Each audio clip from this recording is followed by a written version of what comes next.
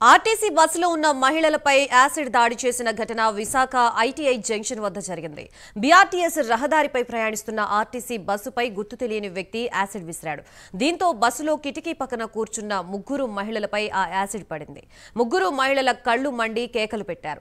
ఆ కేకలు విని బస్సు డ్రైవర్ బస్సుని నిలిపివేశాడు. మహిళల్ని స్థానికులు ఆటోలో ఆసుపత్రికి తరలించారు. పోలీసులు ఈ ఘటనపై కేసు నమోదు చేసి దర్యాప్తు చేస్తున్నారు.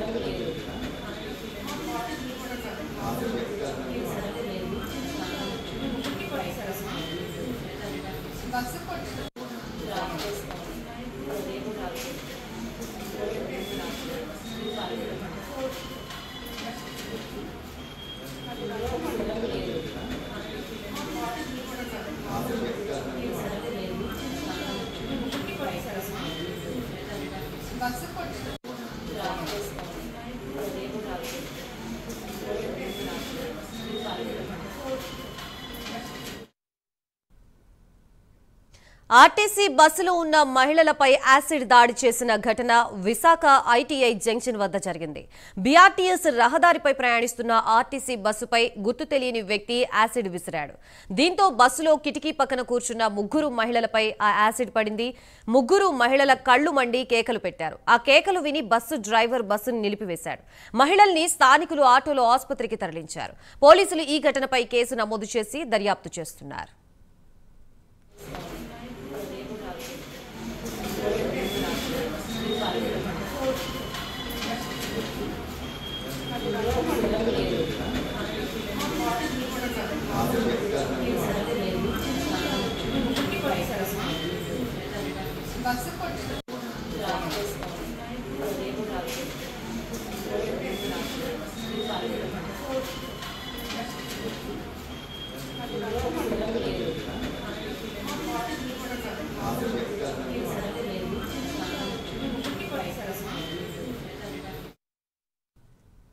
విశాఖలోని ఆర్టీసీ బస్సులోని మహిళలపై యాసిడ్ దాడికి సంబంధించి మనకి పూర్తి సమాచారం అందించడానికి మా ప్రతినిధి నాయుడు సిద్ధంగా ఉన్నారు.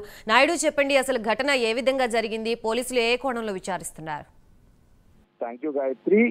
విశాఖ జిల్లాలో ఒక అనూహ్య ఘటన అయితే చోటు చేసుకున్న పరిస్థితి కనిపిస్తుంది. ఇటు ఆకతాయిలు అనుకోవాలా, రౌడీ అనుకోవాలా, ప్రేమోన్మాది అనుకోవాలన్న దానిపై అయితే మాత్రం ఒక రకమైన అనుమానాలు అయితే కూతున్న పరిస్థితి అయితే కనిపిస్తుంది. ఎందుకంటే రాత్రి సుమారు 10 గంటల సమయంలో ఈమె బస్సులో ప్రయాణం చేస్తుంది. 28 ఏబైజీ అని చెప్పేసి ఇది గిరిజాల వరకు వెళ్తుంది. అంటే ఆల్మోస్ట్ హైవే వరకు కూడా వచ్చేటువంటి ఈ బస్సులో అయితే అనూహ్యంగా అనుకోకుండా విశాఖ పరిధిలో ఉన్నటువంటి కంచరపాలెం పోలీస్ స్టేషన్ పరిధికి సంబంధించి ఐటీఐ జంక్షన్ వద్ద బస్సులో అయితే మాత్రం ఈ పరిణామం చోటు చేసుకుంది. ఈ పరిణామం చోటు చేసుకున్న వీళ్ళు తేరుకునే లోపే, అసలు అక్కడ ఏం జరిగిందో తెలుసుకునే లోపే అసలు వీళ్ళకి ఏమైందో జరిగిన పరిస్థితి అయితే మాత్రం కనిపిస్తుంది. ఎందుకంటే ఒక బాటిల్ తో ఒక లిక్విడ్ ద్రావణాన్ని తీసుకొచ్చి ఆ మహిళలపై చల్లడంతో అయితే ఆ తుంపర్లు కూడా వీళ్ళ కళ్ళల్లో పడి కళ్ళలో అయితే మాత్రం మంటలు కూడా చోటు చేసుకున్న పరిస్థితి అయితే ఏర్పడింది. అయితే అక్కడ ఇమీడియట్ గా అక్కడ ఉన్న వాళ్ళందరూ కూడా గట్టిగా ఆ బస్సులో ఉన్న వాళ్ళందరూ కూడా గావు కేకలు పెట్టడంతో అయితే మాత్రం డ్రైవర్ ఇమీడియట్ గా అక్కడ బస్సును ఆపడం, అదే విధంగా చూసుకున్నట్టయితే కనుక